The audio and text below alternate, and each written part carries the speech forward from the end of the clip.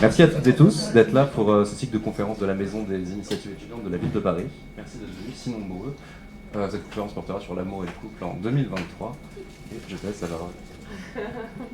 Merci. Bonsoir tout le monde. Quelle meilleure date que la Saint-Valentin pour parler d'amour en 2023. Ça peut paraître un peu gnangnan, mais vous allez voir qu'en fait c'est assez intéressant. Et moins suivi qu'il n'y paraît. Je vais peut-être commencer par vous laisser vous présenter comme vous souhaitez vous présenter. Et après, on va essayer d'avoir une discussion. L'idée, c'est d'avoir une première discussion pour présenter un peu le travail de chacun, chacune pendant 1 heure. Et puis après, vous aurez une demi-heure pour poser des questions. Donc, n'hésitez pas à noter vos questions. Sauf si vous préférez qu'on passe les questions au fur et à mesure. C'est vous qui décidez si quel format. Voilà. Si jamais vous avez envie de rebondir très fort sur quelque chose, vous pouvez aussi lever la main pendant la conversation. Isabelle, on peut commencer par toi. Ouais. Bonsoir tout le monde, merci beaucoup pour l'accueil dans ces locaux que je ne connaissais pas. Donc je m'appelle Isabelle Claire, je suis chercheuse au CNRS, sociologue, et voilà, je travaille sur l'amour à la fin de l'adolescence depuis près de 20 ans, et donc c'est pour parler de ça que je suis là ce soir. Ah oui, on va Bonsoir, je m'appelle Talma Desta, je suis journaliste indépendant principalement sur les questions de lutte LGBT. J'ai écrit Désirer à tout prix qui est sorti aux éditions Binge Audio l'année dernière en avril, et là j'écris un second livre qui va sortir aux éditions de La Déferlante Revue, donc qui lance la maison d'édition en avril, et ça s'appellera La fin des monstres, et ce sera un livre témoignage sur les parcours de transition en France aujourd'hui. Bonsoir à tous, merci d'être là. Vous êtes beaucoup, et puis vous nous regardez en plus droit dans les yeux, c'est un peu intimidant. Donc moi je suis Sabrina, misante professionnelle. Je fais mal aux garçons, et voilà. Sinon je suis la créatrice du conte Olymprève, et je suis aussi autrice. Je suis l'une des co-autrices de Nos Amours Radicales, et l'autrice du précis de culture féministe pour briller en société patriarcale, tout un programme. On va commencer par toi, Isabelle. Donc toi, tu as écrit un livre qui s'apprête à sortir, qui sort le 10 mars, c'est-à-dire demain quasiment. Un livre qui s'appelle Les choses sérieuses, enquête sur les amours adolescentes. Et j'aimerais que tu nous expliques pourquoi est-ce que tu as choisi de te pencher sur les amours adolescentes en particulier. Oui, alors pourquoi, je pense qu'au tréfond de moi, ça je n'y ai pas complètement accès, le grand pourquoi, mais en tout cas d'un point de vue sociologique. Donc j'ai commencé à travailler là-dessus au début des années 2000, et j'ai fait mon premier terrain dans des cités d'habitat social de banlieue parisienne. Et je pense qu'une des raisons, parce qu'il y en a toujours plein, dont certaines qu'on ne connaît pas, c'était qu'à l'époque, donc ça continue aujourd'hui, mais c'était très très fort au début des années 2000, il y avait tout un discours médiatique très très bruyant autour de ce qu'on appelait alors les tournantes, et donc qui décrivait, mais sans utiliser le mot, des viols collectifs dans des cités d'habitat social, et qui étaient présentés voilà, comme le seul phénomène de viol dissible manifestement dans la presse. Et ça m'interrogeait beaucoup, parce que je me disais, voilà, les violences sexuelles sont partout, on le sait, la sociologie le documente, et les seules qui sont dissibles et qui sont thématisées, qui sont politisées, ce sont ces violences-là, et ce sont ces relations-là entre garçons et filles, comme si on avait trouvé les derniers machos dans le pays, on sait où ils sont, en fait ils sont là-bas. Et donc moi, en sociologue, c'est quelque chose qu'on fait assez souvent en sociologie. Ce que j'ai voulu voir, c'était sortir du scandale, sortir du bruit, et aller voir les relations ordinaires, le quotidien, comment ça se passait entre filles et garçons, puisque ce qui m'intéressait, c'était d'aller voir la construction de l'hétérosexualité à cet âge-là de la vie, qui est un âge particulier de transformation, en tout cas attendu, de filles en femmes et de garçons en hommes, et pour voir voilà, comment ça se passait pas toujours comme ça. Et voilà, ça c'est le point de départ. Et je sais pas si tu veux que je développe sur les autres terrains, mais ensuite voilà, j'ai voulu... Voilà. Et après, je vais lâcher le micro, promis. Donc, en fait, j'ai fait cette première enquête et ça m'a à la fois... voilà, ça m'a beaucoup intéressée. C'était pas totalement facile, en fait, justement, ensuite, d'analyser, de décrire ce qui, dans l'amour, peut relever du pouvoir aussi et de la domination, en particulier quand il s'agit de populations qui sont fortement stigmatisées par ailleurs. Donc, je me suis retrouvée face à une difficulté pour faire comprendre en fait que d'un point de vue sociologique, ce qui se jouait là ne se jouait pas que là, y compris avec des formes qui peuvent être variables. Et donc j'ai voulu changer de lieu pour enquêter, continuer la même enquête dans d'autres milieux sociaux. Donc je suis d'abord allée en milieu rural, parce que moi je viens de milieu rural. Et quand je me suis retrouvée voilà, j'ai passé 3-4 ans sur chacun de mes terrains.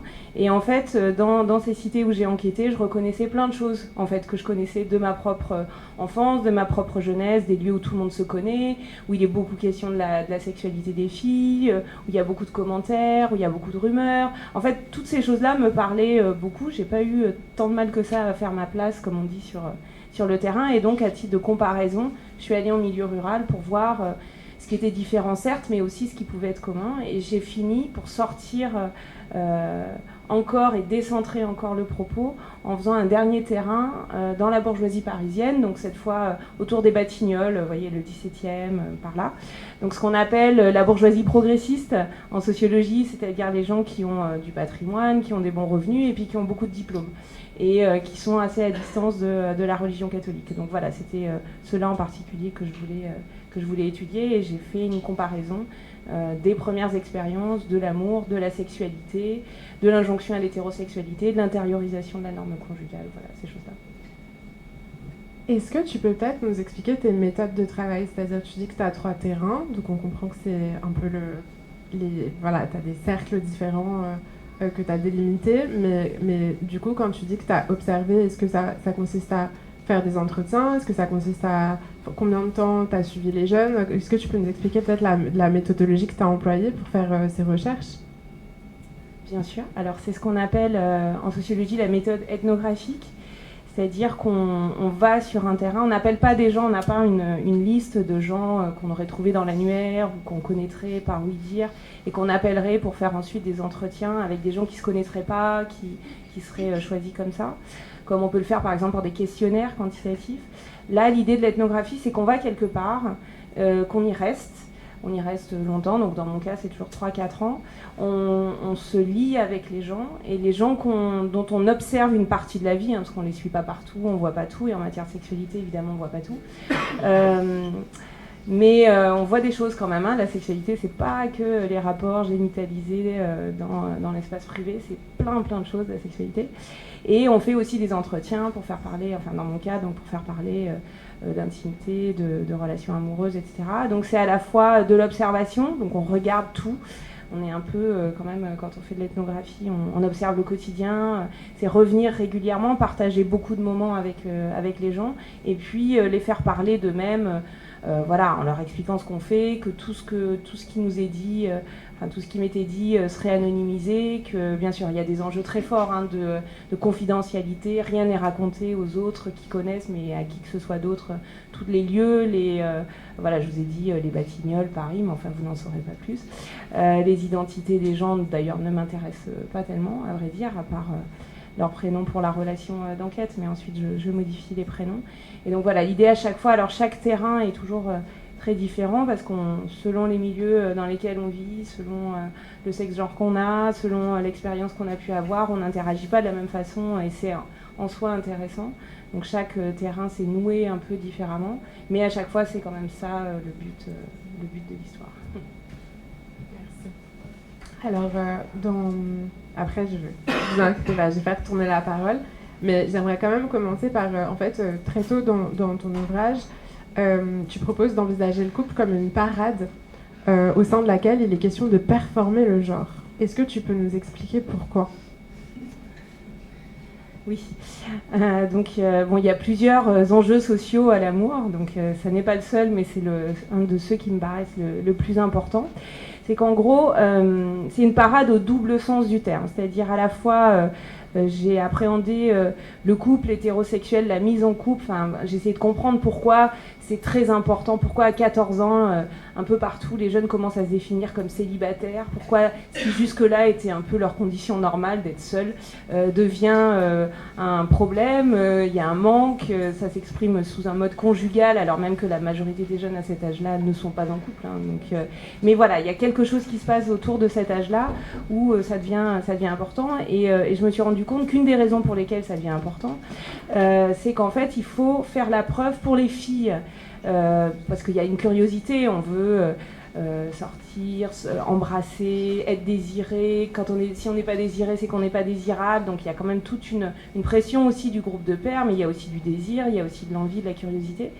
Et le problème, c'est que pour les filles, le désir, l'envie, la curiosité, il faut quand même que ça soit convenable. Et donc pour une fille, il faut être amoureuse pour pouvoir exprimer quelque chose qui a à voir avec du désir sexuel, pour pouvoir se montrer dans ce désir-là. Et donc le couple hétérosexuel est une parade au sens où il permet de parer à la suspicion de la mauvaise fille. Donc je vais commencer à dire des gros mots, désolé, mais ça fait partie de mes recherches. Je pense que vous les connaissez, ça vous allez rien découvrir, mais voilà, pour éviter de passer pour des putes. Et parce qu'une fille qui désirerait des garçons, qui irait avec un garçon un jour, un autre le lendemain, et donc qui ne serait pas dans un couple, ou ce qui peut apparaître comme un couple dès cet âge-là, c'est une mauvaise fille, c'est une fille sur qui il va y avoir des rumeurs, c'est une fille qui s'expose à de la violence. Donc le couple, c'est une parade de ce point de vue-là. C'est que voilà, on peut aller chercher de l'expérimentation, apprendre des choses, exprimer du désir, mais dans un cadre convenable. Et pour les garçons, c'est une parade aussi, parce qu'une des suspicions sexuelles qui pèsent sur beaucoup de garçons à cet âge-là, c'est de ne pas désirer le bon objet. Un garçon, ça doit être un vrai garçon. Une fille, ça peut être un peu garçon, ça peut jusqu'à un certain point, quand même il y a des limites. Mais un vrai garçon, c'est un garçon hétérosexuel. Et donc la parade, et il y a beaucoup de garçons, y compris des garçons qui ensuite peuvent s'identifier comme gays à partir du lycée, etc., plutôt vers la fin du lycée et dans certains milieux sociaux, pas partout.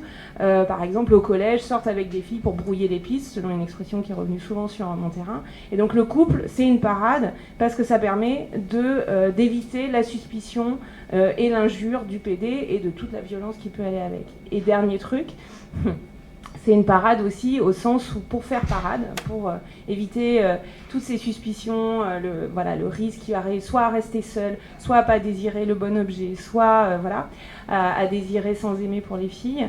En fait, c'est une mise en scène de soi aussi, et un peu comme alors Judith Butler parle à une expression que j'adore, qui est un peu bizarre, mais moi qui me parle beaucoup, quand elle parle du dimorphisme idéal des corps, c'est-à-dire cette façon qu'on a de performer le genre en permanence. Alors les cheveux courts, les cheveux longs, les jupes, les pantalons, enfin voilà, cette façon qu'il faut pour toujours bien s'assurer qu'il y a des filles, il y a les garçons, donc il y a toute une mise en scène de soi qui est en permanence réitérée chaque jour. Alors, il y a des gens qui troublent tout ça, mais la majorité ne trouble pas. Et en fait, le couple, c'est un peu ça, c'est montrer, c'est un peu comme se couper les cheveux ou avoir les cheveux longs, porter une jupe ou un pantalon ou quoi que ce soit d'autre. C'est on est en couple avec l'autre qui est très très différent, très très très différent. Et on réaffirme par la mise en scène dans la cour de l'école, dans plein de moments de sa vie, ce dimorphisme en fait des corps par le couple. C'est hyper intéressant, Sabrina. Je pense que ça fait beaucoup écho à ce que tu as écrit, puisque justement on voit quand même que tu t'expliques à quel point l'amour est un peu le centre de comment on se construit en tant qu'un vrai garçon et une vraie fille. Et Sabrina, toi justement, tu en parles dans ton texte. Alors justement, tu parles aussi de cette difficulté à comprendre à quel moment tu deviens une salope et à quel moment tu es trop prude. Tu dis que tu n'as jamais trouvé la solution. Et tu dis aussi que c'est à travers les histoires d'amour, et notamment d'amour à l'eau de rose, que tu as appris ce qu'était une, entre guillemets, femme accomplie. Est-ce que tu peux nous dire ce que c'était pour toi une femme accomplie quand tu étais ado ? Alors, ce que c'était pour moi une femme accomplie, je pense que c'est encore ce qu'on a en tête quand on voit finalement ça dans les comédies romantiques, même actuelles. Qui a regardé des téléfilms de Noël cette année, l'année dernière, finalement c'est ça une femme accomplie, c'est celle qui va trouver l'amour, mais l'amour qui dure toujours et qui a un potentiel en plus procréateur. Sinon, bon, bah, elle a raté sa vie, quoi. Et finalement, effectivement, on performe vachement le genre, mais on ne sait pas vraiment ce qui est attendu de nous. Et c'est ça la difficulté, c'est que quand on est hétérosexuel et qu'on essaye de relationner avec des hommes qui ont autant de stéréotypes que dans une société patriarcale, on se retrouve à être toujours sur une ligne où pas assez, c'est trop, et en fait, il n'y a pas cette ligne. Cette ligne, elle n'existe pas. C'est-à-dire qu'on est toujours trop ou pas assez. Et donc, on est très très loin de la femme accomplie qui, elle, est absolument parfaite, mais n'existe nulle part, en fait. Ouais, une forme de féminité hégémonique. Et du coup, tu racontes aussi à quel point il y a aussi un rôle que tu racontes, d'ailleurs, vachement dans ce que te racontent les ados, sur la phase de séduction, etc. Le jeu de tu dois être dans la position de l'attente, attendre les SMS, etc. Est-ce que c'est quelque chose qui t'a poursuivi aussi derrière dans ta vie d'adulte, ou quand est-ce que tu as réussi à te détacher de ce moment-là? C'est marrant ton choix de mots qui est poursuivi, et parce que ouais, c'est clairement ça. On est donc moi mon texte, je le commence par tous ces éléments de langage qu'on a dans la séduction, qui est de la chasse, qui est une cible, tous ces éléments-là qui font de nous en fait des proies. Et les hommes hétérosexuels seraient eux les prédateurs. Et ouais, ça continue à me poursuivre. Et là où c'est intéressant, c'est que mes dernières relations avec les hommes, elles ne naissent jamais. Parce que justement, je ne performe plus la féminité comme elle était attendue, quoi. Donc, je reste pas du tout dans une position de proie. Je suis pas fragile. Je suis pas dans l'attente. Je ne fais pas languir la personne, ce que je trouve absolument détestable en plus. Donc, je prends en main la relation que j'aimerais avoir, et ça, en fait, ça fait systématiquement fuir les hommes hétéros, quoi. C'est-à-dire que c'est tout de suite trop. Et du coup, ok pour une nuit, mais jamais pour la vie. Si tant est que une relation pour la vie existerait. Hein. Tal, je suis curieuse de savoir, toi, ton rapport à ça quand tu étais ado. Qu'est-ce que tu t'imaginais comme étant une femme accomplie? Est-ce que tu as l'impression aussi que les histoires d'amour t'ont beaucoup impacté dans la vision que tu avais de la femme? Ouais, ça me parle beaucoup, la notion de parade que tu développes, parce que dans l'idée de parade, il y a l'idée de dissimulation. Et moi, si je dois retenir un mot de mon adolescence, je pense que c'est celui-là. Non, enfin, ma façon d'envisager la féminité ado, c'était quelque chose de l'ordre du costume pas à la bonne taille. Je pense que c'est vraiment ça. Et là, j'en parle de mon point de vue d'homme trans, mais je pense que c'est un sentiment qu'on peut ressentir aussi en tant que personne cis. Mais ce qui est sûr, c'est que, je pense qu'il y a une phrase qui peut résumer ce sentiment-là et toutes les intrications qu'on peut trouver justement entre les injonctions à l'amour, à la conjugalité et les injonctions qui sont liées au genre. C'est que moi j'avais l'impression, j'étais persuadée d'être une femme qui aimait les hommes, alors j'étais un homme qui aimait les femmes, et ça a complètement désaxé, complètement décalé tout mon rapport à l'amour et à la féminité, parce que dans ce cadre-là, on voit forcément la féminité comme quelque chose qui fait, écran de fumée, quoi, face à sa propre vérité, à sa propre réalité. Et c'est un peu comme ça que je l'ai vécu, je pense, comme une espèce de grand mensonge. Enfin, je pense que c'est peut-être aussi, encore une fois, très, très caractéristique aux personnes trans, mais pas tant. Enfin, je suis sûre que c'est quelque chose de partagé. Donc ça peut être réinterprété dans mon cas à l'aune de, par exemple, la dysphorie, mais je pense que c'est juste une lecture qu'on peut avoir sur ce rapport très compliqué à la féminité, qui est forcément quelque chose de surperformé, et parce que c'est de l'ordre de la performance, c'est un fil de funambule, on a très peu d'espace, il n'y a pas d'espace de navigation, quoi, ou de possible de création. Comme tu le disais, c'est qu'il y a une bonne façon d'être une femme, c'est la femme accomplie, et le reste qui ne rentre pas dans ces codes-là, qui ne respecte pas cette conformation à la norme, il y a une sanction sociale qui vient derrière nécessairement, quoi.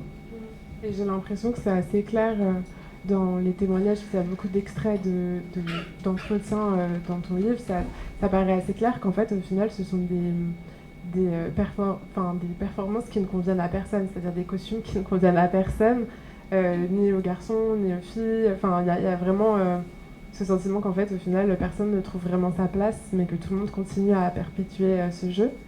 Dans ton texte, Sabrina, tu parles aussi des injonctions de tes proches.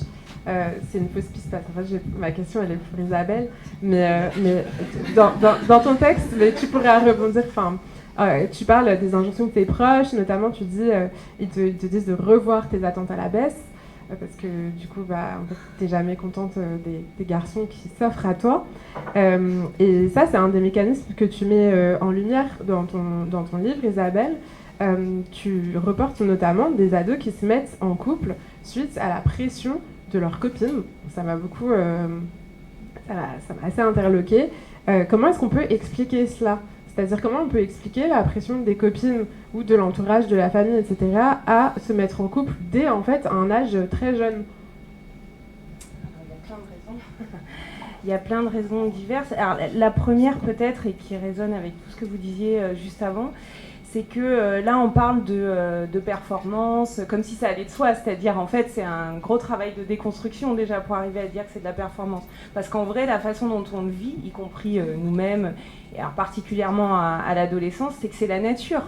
En fait, c'est la nature qui fait que les filles sont sentimentales et puis les garçons, eux, ils sont sexuels. Et donc la difficulté, et je pense aussi la sensation qu'on peut avoir de mensonge, ou en tout cas on se dit pas, mais en fait tout ça n'est qu'un mensonge, en fait ce sont des normes sociales, on se dit mais j'ai un problème, c'est moi qui fonctionne pas comme il faut. Et donc une façon pour se rassurer, y compris entre filles par exemple, c'est de se dire que tout le monde va faire pareil en fait, on est bien d'accord, qu'on ne se dit pas c'est une norme sociale, il faudrait quand même que tu t'y conformes toi aussi, parce que moi ça m'aiderait à m'y conformer, sinon j'ai un petit peu de mal, je me sens un peu seule. Donc non, évidemment on ne se parle pas comme ça dans la vraie vie d'une manière générale, et peut-être particulièrement pas à 16-17 ans quand on n'a encore pas beaucoup d'expérience et quand justement on tâtonne et qu'on voilà.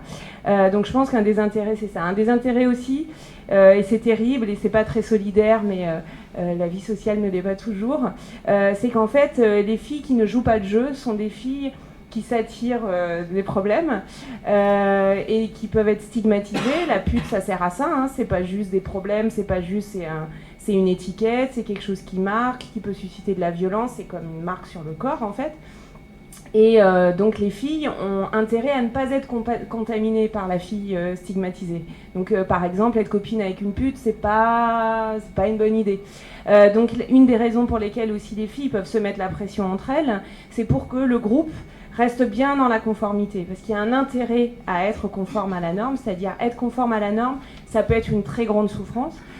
Ça nourrit ce sentiment que soit on n'est pas à la bonne place, on fait pas ce qu'il faut, on pense pas ce qu'il faut, enfin, il faut rentrer dans un truc qui n'est pas si naturel que ça, mais en même temps, il y a des intérêts sociaux à être conforme à la norme, parce que déroger, ça attire encore d'autres types de problèmes. Donc les filles entre elles peuvent être elles-mêmes mettre la pression, et c'est pas qu'une pression qui viendrait ou des garçons cis ou des parents, ou voilà, ça peut venir des plus proches en fait, y compris celles qui auraient tout intérêt à se dire bon on se rebelle tout en groupe et puis en fait on n'est pas d'accord, mais en vrai dans la vie ordinaire ce phénomène peut arriver, mais ce phénomène est en fait plutôt rare, en tout cas il est pas spontané. Donc ça fait partie des raisons pour lesquelles il y a aussi cette pression parmi les filles. Et puis il y a la croyance en fait, c'est-à-dire que s'il y a de la rébellion, s'il y a de la sanction sociale, c'est aussi parce que la majorité des gens, beaucoup de gens, enfin bref,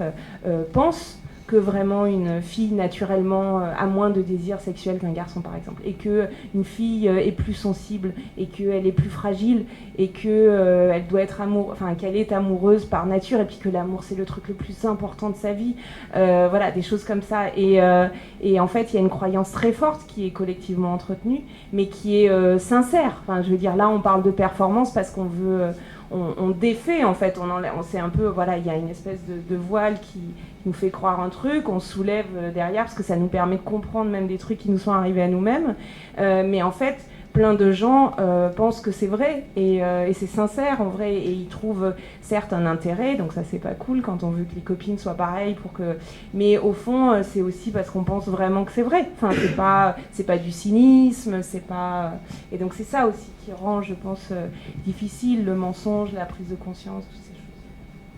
J'ai juste une question, désolée Elvire. Mais du coup, je me demande dans quelle mesure, dans ton travail, tu t'interroges la question des représentations, parce que moi j'ai l'impression, dans mon parcours personnel par exemple, que s'il y avait une croyance tellement forte en la naturalité de cette division sexuelle, c'est aussi parce qu'il n'y avait absolument aucun modèle qui montrait d'autres voies. Typiquement, je pense que, je me suis pas dit que j'étais un mec trans avant mes presque 30 ans, parce que j'ai grandi dans un petit village du Sud où la transidentité c'était pas une réalité possible. Et donc du coup, je me demande dans quelle mesure c'est des modes de fonctionnement qui peuvent évoluer aujourd'hui, qu'on a, je sais pas, des séries qui montrent des personnes trans et des lesbiennes beaucoup plus qu'avant. Enfin voilà, quel impact ça a en fait sur les rapports de sexe. Ah ouais, c'est très fort, c'est-à-dire que le fait que une des choses qui est difficile dans ce que vous évoquez, des choses que moi-même j'ai pu vivre différemment, et que je vois dans mes enquêtes, c'est ce truc-là, du mensonge, de ne pas être en adéquation, etc. Si on est tout seul dans sa chambre à se dire qu'on est bizarre, c'est compliqué. Si on voit qu'il y a d'autres gens qui se disent, donc si dans l'entourage proche, tout le monde trouve qu'en effet, c'est quand même un peu bizarre de se poser des questions là-dessus. En tout cas, qu'on ne trouve pas d'écho, on peut en trouver, ou alors ça peut être de manière clandestine. Voilà, ça reste un peu caché parce que ça reste bizarre. C'est terrible parce qu'on est seul et voilà. Si en fait la bizarrerie, on s'aperçoit qu'en fait elle est un peu partagée par d'autres gens sur les réseaux sociaux, au cinéma, rien que les représentations, les films où on voit deux hommes qui s'embrassent, par exemple, je me souviens parce que quand il y a eu Brokeback Mountain qui est sorti, il y a, je sais plus, maintenant c'est vieux, enfin là il y a des gens, vous savez même pas de quoi je parle, mais je me souviens c'était tout un truc parce que la seule représentation en fait de deux hommes qui s'embrassent, qui font du sexe et tout, c'était pour un film très grand public, parce qu'évidemment des cow-boys, c'était le vrai stéréotype et tout, c'était dingue, et en fait bien sûr que ça a des effets très forts d'identification, et ça veut dire que c'est possible, et ça veut dire que et ça c'est très important, et qu'on n'est pas seul, ça je pense que c'est fondamental, et donc il y a du changement, ça c'est vrai. Le problème c'est qu'il y a des inégalités face au changement, et que en effet ce qui est possible et ce qui peut même apparaître comme alors je pense par exemple alors moi sur mon terrain, j'ai pas eu de personnes trans, je pense qu'elles étaient jeunes aussi, donc je les prenais à un moment où en tout cas il y avait j'ai eu quelques enquêtés, on dit comme ça, hein, c'est un peu bizarre, c'est moche comme mot, quelques jeunes que j'ai rencontrés qui par contre se disaient on commençait entre, moi je les ai rencontrés vers 15 ans, puis je les ai quittés vers 18, 19, 20 ans, et qui discutaient en fait l'adéquation entre genre, sexe et sexualité, qui justement remettaient en cause le binarisme, commençaient à aller à des gay pride, commençaient à rencontrer soit des personnes trans, soit voilà. Donc là, il se passait des choses, et ça a eu des effets en fait sur leur vie, et c'était même dans la bourgeoisie progressiste parisienne, donc pas toute la bourgeoisie, hein, pas le fin fond du 16e catholique, mais je le dis parce qu'il y a une géographie du rapport social à ces questions-là. C'est pas pour stigmatiser, il y a de la diversité partout, mais bon, il y a quand même des points d'ancrage plus ou moins forts, voilà. D'ailleurs, je pense que c'est plus compliqué dans le 16e que dans le 17e, par exemple, même si tout n'est pas simple dans le 17e. Et voilà, et dans cet espace-là, se dire dans la cour du lycée, en filière littéraire, parce que ça dépend où quand même, on est gender fluide, ou ça peut même être présenté, et ça c'est la force de la bourgeoisie progressiste, c'est de s'emparer des avant-gardes culturelles et d'en faire même quelque chose qui peut être sexy, tant que ça reste dans certaines, qui peut être appropriable, et qui donc peut être une voie d'échappée en fait pour certaines personnes. Donc c'est le bon côté des choses, voilà. Et ça c'est pas possible partout en fait, pas pour l'instant, mais ça bouge en fait, ça bouge dans plein d'endroits. Mais voilà, il faut arriver dans les villages du sud de la France, le chemin est un peu plus long, la route est un peu plus tortueuse, mais ça vient en fait, et ça bien sûr qu'il y a du changement. Sabrina, du coup, toi, t'expliques très bien dans ton texte à quel point tu as eu beau essayer de jouer le jeu de la femme épanouie qui cherche un homme, qui rentre dans un modèle très hétérosexuel, etc. Tu n'as fait qu'être déçue. Je pense qu'on peut le dire comme ça, que c'est assez clair dans ton texte, en tout cas. Et du coup, je me demandais à quel moment tu as commencé à remettre en question l'idée d'être dans un couple hétérosexuel, c'est-à-dire est-ce que, au bout de combien de temps de déception, et de combien de traumatisme, est-ce que c'est quelque chose que tu as commencé à questionner? Alors, c'est une question hyper compliquée parce que ça s'est joué par étapes en fait, et je pense que c'est normal, ça va aussi avec la façon dont on grandit, les rencontres, etc. Mais déjà, moi, je voyais autour de moi toutes les copines qui étaient en couple, certaines depuis le lycée, quoi, et qui restaient avec leur high school sweetheart, et moi, pas. Et je voyais bien que j'avais un problème finalement. Je me disais, mais on remaudit sur ce que tu disais, et j'étais là genre, mais c'est quoi mon problème? Peut-être que moi je suis pas faite pour le couple, peut-être que je suis pas faite pour le couple monogame, peut-être que je suis pas faite pour je sais pas, habiter avec quelqu'un. Alors jamais je me suis posé la question, peut-être que je ne suis juste pas hétérosexuelle. Je me la suis posée bien plus tard du coup. Mais ça c'est venu assez vite parce que effectivement assez tôt, tu vois bien que tout le monde est en couple et pas toi. Donc il y a eu cette étape-là, puis ensuite il y a eu l'étape où je me suis forcée vraiment, mais alors corps et âme. Et quand je dis corps et âme, c'est vraiment corps et âme, hein. J'ai mis tout ce que je pouvais pour être en couple avec un homme, et jusqu'à vivre avec. J'ai vraiment poussé le vice, hein. Je me suis dit allons-y banco, quoi. Franchement, je vois bien que j'ai une inaptitude, mais je vais y aller, quoi.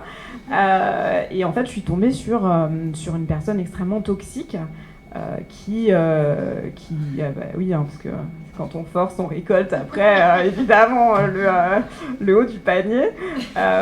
Et c'était une personne absolument atroce qui, par exemple, j'ai un petit exemple qui me vient en tête, et c'est un peu drôle parce que je m'en remets toujours pas, tellement je ne comprends pas. C'est un jour, je rentre, et puis il y avait une trace de pneu au fond des toilettes. Et donc, moi, je vois ça, choquée. Parce qu'il y a bien un balai-brosse juste à côté, donc je l'emmène, je le prends par la main, vraiment, je dis viens avec moi et tout, je l'emmène dans les toilettes, tout doucement, comme ça, et je lui dis tu vois ça c'est un balai-brosse, tu vois, et ça, c'est la chose que tu utilises pour nettoyer ce qu'il y a là. Et je lui montre. Alors évidemment, je l'ai ridiculisé, et en plus dans toute sa virilité, hein, et donc il m'a répondu c'est pas moi. C'était pas moi non plus. Donc, bon, voilà. Et donc, ce genre d'expérience-là, voilà, donc c'est aussi... alors là, on en rigole, c'est un peu drôle, hein, mais c'est aussi, il me quittait, et le lendemain, il me disait « Je ne t'ai jamais quitté, tu es folle ». Voilà, donc c'est des choses beaucoup plus dramatiques. Et donc, j'ai été complètement isolée, hein, de ma famille, de mes amis, hein, par cette personne. J'ai été complètement traumatisée aussi, c'est-à-dire qu'il m'a abandonnée sur un mur d'escalade au Mexique. Enfin bon, je vous laisse, voilà. Le Mexique, le nord du Mexique, pas Cancun, hein. Voilà, c'est vraiment... donc voilà, je ne parle pas espagnol, bien évidemment. Bon, heureusement, je parlais un peu anglais, à tel point qu'une femme l'a engueulée, en fait, après une américaine. Je la remercierai jamais assez, encore une fois, heureusement que les femmes existent. Donc à partir de là, je me suis dit, bon, moi, je vais arrêter. Je vais arrêter avec les bonhommes. C'est clairement, c'est pas moi qui ai un problème, c'est eux. Et puis je suis restée 3 ans célibataire. Mais alors, attention, hein, c'était 3 ans sans toucher un homme, hein. Mais genre même pas avec un bâton, comme on dit. Vraiment, il était hors de question qu'il y en ait un qui s'approche de moi, parce que j'étais complètement épanouie dans ma vie, parce que je faisais quelque chose qui me prenait énormément de temps et d'énergie, et que j'avais vraiment pas d'énergie à leur consacrer. Et d'ailleurs, j'y suis revenue un peu plus tard aux hommes, mais parce que je m'ennuyais. Et que finalement, j'avais un petit déficit de dopamine. Et donc, je suis allée chercher une déception qui allait peut-être remplir ma vie de paillettes. enfin le contraire du coup, de pleurs. Voilà, et enfin il y a eu ce moment où je me suis dit mais attends, en fait quand je vois une meuf, des fois ça me fait des guili-guili aussi quoi. Et ça on est sur plutôt de l'ordre des 32-33 ans. Et après mes 3 ans de célibat où je me suis dit c'est dingue, ils m'ont pas manqué. Mais heureusement qu'il y avait toutes les femmes de ma vie, quoi, en fait. Donc voilà, ça a été vraiment par étapes. Et je me demandais, est-ce que, parce que tu parlais justement du fait, on parlait de ces questions-là, de quand on se sent bizarre, mais qu'on est seul à être bizarre. Et je me dis, en fait, tout ça, ça a quand même coïncidé d'une certaine manière avec l'avènement des réseaux sociaux, MeToo, le féminisme sur les réseaux sociaux. Est-ce que ça a participé aussi au fait de te rendre compte qu'en fait, il y avait beaucoup d'autres personnes qui étaient, enfin femmes en tout cas, qui étaient déçues et qu'il y avait un problème qui était d'ordre systémique et que c'était pas toi individuellement? Alors, je pense que je m'en suis rendu compte de ça bien plus tôt quand même parce que j'ai lu King Kong Theory en fait quand il est sorti. Donc merci Virginie Despentes. Heureusement que voilà, elle était elle aussi sans doute très seule à se sentir seule et bizarre. Donc il y a eu ça, mais après il n'y avait rien d'autre. C'est-à-dire que en plus les années 2010. C'était vraiment les années où il y avait un retour dans les magazines féminins, Glamour et compagnie qui n'existent plus. C'était vraiment tout pour le couple, tout pour l'orgasme. Oh super, on est libre sexuellement, mais pas du tout en fait, absolument pas. On l'a jamais été. C'est-à-dire que on restera, voilà, la salope de service. Si on fait telle pratique ou si on a envie d'une sexualité libérée. Donc clairement, après Virginie, il y a eu les réseaux sociaux. Il y a eu les réseaux sociaux, il y a d'abord eu Anaïs avec Peita Schneck, déjà, qui elle était vraiment là au tout début et qui montrait que mais en fait on n'est pas seul à se faire harceler dans la rue. D'ailleurs on n'utilisait même pas le mot harceler. Je sais pas ce qu'on disait, on disait emmerdé, encore un relou, encore un mec. Et on faisait pas le 1+1 en plus, à se dire en fait c'est toujours des mecs, c'est bizarre. Et les réseaux sociaux, ouais, clairement ça a tout changé parce qu'on a pu échanger, on a pu se dire les choses et là tout a explosé. À partir de là, tu vois une publication, puis une autre, puis tu vois plus vite d'autres nouvelles aussi. C'est-à-dire que moi, comme toi, j'ai grandi dans un petit village du sud de la France. Mon référentiel d'information, c'est quoi? C'est le JT de France 2. Alors oui, on avait Arte, mais enfin Arte, maintenant c'est bien, mais excusez-moi, il y a 15 ans, c'était pas comme ça, Arte, on se faisait chier, hein. Non mais vraiment, pardon, j'adore Arte, vive l'Europe, vive Arte, mais on se faisait clairement chier il y a 15 ans avec leurs programmes animaliers et compagnie. Là c'était l'horreur, avec leurs danses contemporaines le soir, très tard la nuit. Enfin moi c'était pas comme aujourd'hui avec des documentaires absolument incroyables. Donc c'est ça aussi, c'est que ça rend beaucoup plus facile l'accès à d'autres informations. Et quand je dis information, c'est aussi le monde. Moi, dans les bars, je sais pas toi, mais dans les bars du village, il n'y avait pas Le Monde. Il y avait Var Matin et puis l'équipe. Ouais. Donc c'est un peu cliché, c'est terrible de le dire, mais c'est une réalité, quoi. Et voilà, à la télé, il y avait Jean-Pierre Pernaut et PPDA. Enfin, je veux dire, nous, on a... ça fait pas plaisir ces noms, je sais, mais on a grandi avec ça, quoi. Avec ces hommes-là qui nous donnaient des informations. Donc Internet, ça a été... Mais mon Dieu! Heureusement, il y a eu Internet. Après, tu en parles beaucoup mieux que moi. Mais Internet, ça a été voilà, une histoire d'amour et de haine pour les féministes, quoi. Ça, c'est un autre sujet. Tal, dans Désirer à tout prix, tu parles de crise de la sexualité. Tu remets en cause un peu tout ce constat qu'on a et peut-être toutes les normes qu'ont pu encadrer et enfermer l'idée de couple. Est-ce que peut-être tu peux nous raconter la genèse de ce livre, c'est-à-dire qu'est-ce qui t'a donné envie d'écrire cet essai, est-ce que t'as eu... Ça vient d'où? Déjà je l'ai écrit pré-transition, donc j'avais un rapport au monde qui était un rapport féminin. Ouais, bah, ça joue beaucoup, hein, parce que je pense que j'écrirais pas le même aujourd'hui. Mais non, j'étais à un moment de ma vie où j'avais l'impression d'être complètement décalé par rapport au discours qui était tenu sur la sexualité.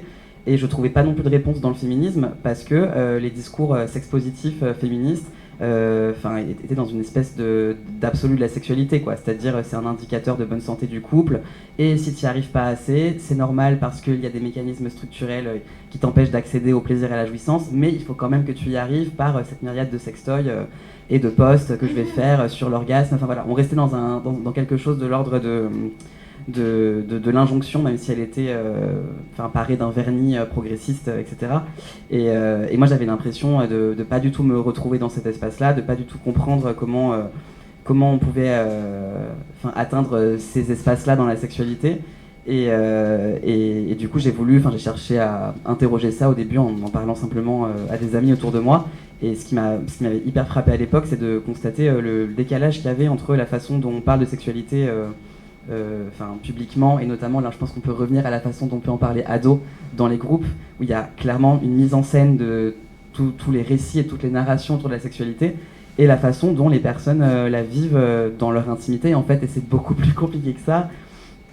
Et ça je pense que c'est quelque chose qui traverse aussi les générations. Enfin voilà, c'est compliqué à tous les âges, quoi. La sexualité est forcément compliquée, et je trouve qu'on mettait juste pas assez ça en avant, à quel point ça pouvait être un espace très ambivalent en fait.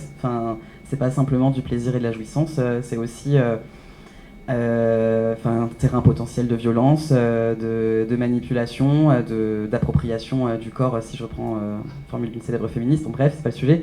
Mais dans tous les cas, voilà, un espace ambivalent, quelque chose qui n'était pas clair, et j'avais envie de revenir sur les nuances qu'on pouvait apporter au sujet, et surtout le rôle et la fonction que la sexualité et l'encouragement comme ça très très fort à la sexualité jouaient dans le cadre du couple hétéro, parce que c'est quand même là où l'injonction est la plus forte. Et du coup, dans ton livre, tu as quand même toute une partie sur d'autres manières de vivre des histoires d'amour. Et tu as été rencontrer des personnes, des amis, et pas que des amis d'ailleurs, j'ai l'impression, qui ont d'autres modèles de vie, d'autres modèles de couple, d'autres modèles de vers famille. Il est beaucoup question de questions de sexualité LGBT, QIA+, des marches de la sexualité. Comment est-ce que ces espaces, ils sont créateurs d'autres modèles et de représentation de sexualité ? Dans le livre, je fais plein de liens entre la question de la sexualité et la question de la famille, parce qu'ici, il y a un encouragement très très fort à la sexualité aussi. Il y a un impératif nataliste derrière que je développe dans le livre, et qui du coup porte spécifiquement sur le couple hétéro, parce que c'est le couple qui va pouvoir créer la future classe des travailleurs et la renouveler à l'infini. Et du coup, cette injonction-là se pose beaucoup moins. Il n'y a pas une injonction à la sexualité qui se pose de la même manière sur les couples lesbiens, les couples gays, les couples, il y a des personnes trans dedans. C'est quand même pas du tout les mêmes dynamiques. Là, souvent, c'est des sexualités au contraire qui sont découragées. Typiquement, il y a un exemple que je cite dans le livre, mais qui me semble très très criant à chaque fois, c'est que tous les ans, pendant les Prides, il y a toujours des cortèges kink, latex, etc. Et tout le monde crie au scandale en disant qu'il ne faut absolument pas qu'il y ait ça dans l'espace public, alors que la sexualité hétéro dans l'espace public, elle est partout. Mais dès qu'il y a des codes culturels qui ne relèvent pas de la sexualité hétéro, il y a une sanction très très forte qui s'applique juste derrière. Et du coup, là où j'ai voulu faire le lien aussi avec la famille, c'est que cette très très grande sanction et la façon dont on veut régir l'intimité des individus a des conséquences sur la façon dont on fait famille aussi. Typiquement, aujourd'hui, les personnes trans n'ont pas accès encore à la PMA. On est exclu de manière très très claire de la loi de bioéthique de 2021. Donc ça veut dire typiquement que moi, là, si je veux avoir accès à la PMA, alors que techniquement, je peux porter des enfants, j'ai pas le droit. Les personnes trans qui ont fait conserver leurs gamètes en sécos, donc qui sont les centres de conservation des ovocytes et du sperme humain, on n'y a plus accès non plus une fois qu'on a fait un changement d'état civil, alors que c'est nos propres gamètes. C'est complètement délirant. Donc voilà, on a une interdiction complète de l'accès à la parentalité et à la filiation. Et forcément, quand on n'a pas d'accès, pas le droit en fait d'avoir accès à la famille nucléaire telle qu'on peut l'envisager, on est créatif en fait pour créer des familles autrement, pour envisager un cercle social plus élargi. Enfin, c'est la notion de famille choisie en fait dont on parle souvent, mais je pense que le fait qu'on veuille nous retirer absolument l'accès à ce que c'est l'intimité, l'amour, la famille, le fait de faire sociabilité, etc., ça pousse à avoir une approche assez révolutionnaire de ces enjeux. Et je pense que c'est pas pour rien qu'il y a autant de livres qui sont écrits, par exemple, par des lesbiennes sur l'amour. Je pense que c'est une réponse directe justement à ces dynamiques d'empêchement social. Et du coup, voilà, j'ai pas de chute, c'était la fin de ma phrase. Est-ce que peut-être tu peux donner, pour des personnes qui n'ont pas... ça pourrait être intéressant d'avoir un exemple justement de faire famille autrement que tu donnes dans le livre. Je pense peut-être à... C'est sûr d'aller dire ça.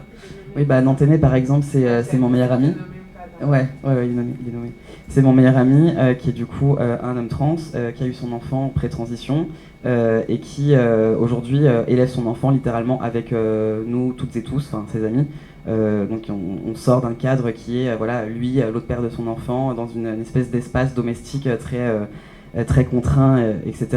Et en fait, on a une conversation de groupe sur laquelle il poste régulièrement en disant qui peut garder ma fille tel jour. Et on s'organise entre nous. Et c'est vraiment un enfant qui a à peu près 12 000 tontons et tatas, dont 95% sont trans. Vraiment, je pense qu'aucun enfant ne vit comme ça, mais bon, bref. Et du coup, c'est génial parce que sa fille a plein de référents et de référentes autour d'elle pour l'aider à se construire, pour interpréter ses émotions, pour apprendre à mener des relations avec les autres. C'est juste hyper beau, quoi. C'est un espèce de projet collectif qui serait complètement dévalué, je pense. Moi, si je raconte par exemple ce modèle familial-là à ma mère, elle va me dire c'est n'importe quoi. Alors qu'en fait, c'est extrêmement riche et peut-être bien plus riche que l'enfance que j'ai pu avoir. Et qui est très très circonscrite à ce modèle-là très rigide de la famille, quoi. Donc je trouve ça assez beau de pouvoir accéder à ça en tant qu'enfant. Merci. Est-ce que vous avez des questions ?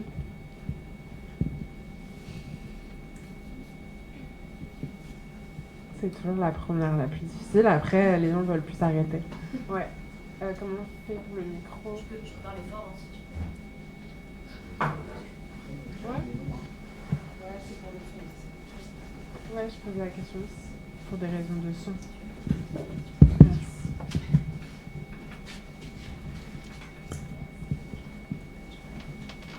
Merci. Bonsoir. Déjà, merci. C'était hyper bien. C'était hyper clair et trop intéressant ce que vous avez dit, toutes et tous, vraiment. J'avais une question sur le tout début, donc sur le travail d'Isabelle. En fait, quand tu as dit que tu bossais sur différents terrains, je trouvais ça super intéressant, mais ce qui m'a intriguée, c'est est-ce qu'il y a une volonté de confronter en fait, les différents terrains et de se dire ce que je vois sur, par exemple, dans les adolescents dans le milieu rural, il y a des différences avec, par exemple, le milieu bourgeoisie 17e, Janson de Sailly, quoi. Et d'où peuvent provenir ces différences et pourquoi ? Est-ce qu'il y a une volonté d'essayer de comprendre je me demande si tu pouvais un petit peu parler de ça. Voilà. Et sinon, encore merci.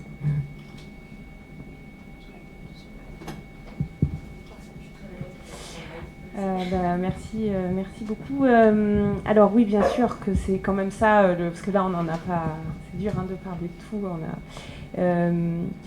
En fait, l'idée, c'est justement d'essayer à la fois de comparer. Donc, mais ça, c'est un truc de la démarche sociologique un peu de base, quoi. C'est-à-dire qu'on passe notre temps à comparer, parce qu'on essaie de voir ce qui relève de la singularité, vraiment qu'on ne peut pas du tout réduire, et puis ce qui relève de logiques sociales qui en fait traversent les vies et peuvent prendre des manifestations singulières, mais en fait réunissent les gens sans que ça se voit comme des petits fils, quoi. On cherche les fils. Donc il y a des fils qui réunissent toutes les filles de partout. Il y a des fils qui réunissent aussi les gens, quel que soit leur sexe, genre, parce qu'ils ont grandi dans la même classe sociale. Il y a un fil qui réunit les gens, mais de façon peut-être particulière, par exemple les filles, quand on est d'un certain côté de la ligne de couleur. Voilà. Et donc c'est tout ça en fait que je voulais faire varier. Donc de faire des terrains dans des milieux sociaux très contrastés, c'était évidemment pour voir ce qui est à la fois voilà, comment les fils se jouaient, ce qui faisait qu'il y avait des points communs à l'intérieur des groupes de sexe genre, quel que soit le milieu social, et à l'inverse, qu'est-ce qui pouvait bouger. Voilà. Et ce que j'ai aussi fait, donc c'est compliqué à résumer par contre, parce qu'il y a de la... Enfin voilà, l'idée c'est ce qu'on appelle la variation, et puis les continuités, les similitudes, et aussi la façon dont certaines choses circulent d'un milieu social à l'autre. C'est-à-dire comment... chaque milieu social regarde les autres. Et par exemple, une des choses sur les questions de genre et de sexualité, pour faire le truc un peu stéréotypé, mais qui est très fort en fait dans les représentations communes, il y a en gros les jeunes de la bourgeoisie progressiste, donc c'est-à-dire les enfants des journalistes, des chercheurs, des intellos, des cultureux, des artistes. Voilà, c'est l'avant-garde.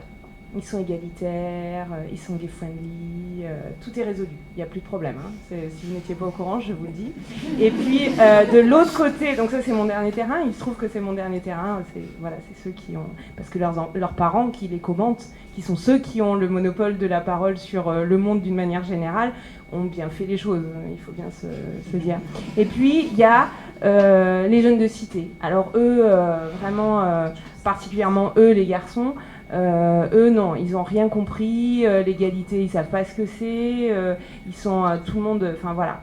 Et puis donc ce qui est intéressant, c'est que ces discours collectifs, ils ont des effets en fait sur les expériences aussi que les jeunes ont, y compris dans leur vie quotidienne, y compris dans leur intimité, parce qu'en fait tout ça les traverse aussi et ont des effets sur leurs relations. Et les jeunes ruraux, personne n'en parle. Et ça a des effets aussi, on l'a vu... Par exemple, avec le mouvement des Gilets jaunes, toute la question du ressentiment social, ça passe aussi par le genre et la sexualité, en fait. C'est pas imperméable, évidemment, aux autres enjeux. Donc, ce qui m'a intéressé, voilà, c'est ces deux choses. C'est la comparaison, qu'est-ce qui fait varier, qu'est-ce qui fait que, par exemple, les filles de cité, elles ont beaucoup plus dans une difficulté à pouvoir être critiques à l'égard des garçons de leur propre milieu social, qui vivent tellement le racisme, qui a même un devoir de loyauté, et la critique par exemple des filles à l'égard des garçons, elle est beaucoup plus forte dans la bourgeoisie progressiste, mais pas parce qu'elles seraient toutes féministes et qu'elles auraient toutes lu Despentes, Guillaumin et d'autres, mais non, mais c'est parce qu'en fait il y a une possibilité de critiquer les garçons qui sont très dominants et qui sont mis en danger par personne. Et j'ai retrouvé ça chez les filles rurales qui, elles, sont avec des garçons qui sont moins stigmatisés que les garçons de cité, qui subissent pas le racisme, ils étaient quasiment tous blancs sur mon deuxième terrain, mais qui subissent aussi une opprobre sociale qui est différente en fait, et donc ça a des effets différents. Donc elles ont moins un devoir de loyauté, et néanmoins, elles savent bien que quand elles dévalorisent ces garçons-là, elles les trahissent. Et c'est, par exemple, ces logiques-là, c'est pour prendre un exemple, hein, il y a d'autres trucs, mais ça a des effets dans les relations intimes, en fait, alors que ce sont des questions politiques, des questions qui touchent, en fait, à bien d'autres domaines que la vie privée. Donc voilà, c'était ces deux choses-là qui m'intéressaient, la comparaison et puis le regard, le jugement social, en fait. Et par exemple aussi, et j'arrête après, par exemple, la question de la vulgarité, qui est vraiment un jugement de classe et de race très fort, c'est-à-dire et qu'on ne retrouve que dans les classes populaires. La vulgarité, c'est un problème pour les filles de cité, pour les filles de classe populaire rurale. Les filles de la bourgeoisie ne parlent jamais de vulgarité. Elles, leur enjeu, c'est de se distinguer. C'est qu'est-ce qui va faire qu'elles sont originales, qu'est-ce qui va faire qu'elles vont être différentes, voilà. Et la vulgarité, c'est un problème de filles qui sont pas classe, et la féminité, c'est classe. C'est pas seulement un truc de genre et de sexualité, c'est un truc de classe et de race. C'est que dans le fameux archétype de la fille accomplie, en fait, c'est la fille blanche bourgeoise. C'est pas dit comme ça, hein, mais il y a aussi ça. Et ça travaille fortement les représentations, etc. Alors après, il y a des contre-modèles, hein, heureusement. Il n'y a pas juste le modèle stéréotypique et tout. Donc il y a d'autres façons de s'identifier positivement à d'autres formes de féminité qui sont pas que celles, voilà. Heureusement, et ça fait un moment, et c'est plus fort, je trouve, dans la période récente, mais voilà, c'est toutes ces choses-là. Une autre question ?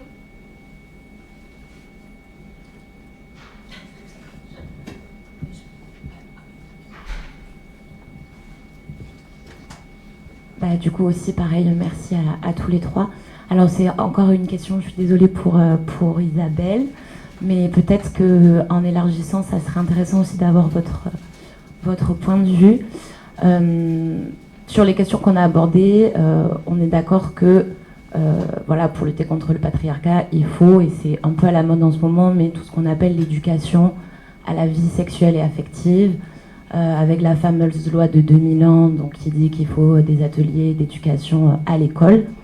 Moi, je voulais savoir, dans les recherches que vous avez faites, est-ce que vous avez abordé cette question-là avec les ados, c'est-à-dire est-ce qu'ils parlent de ces sujets-là avec leurs parents?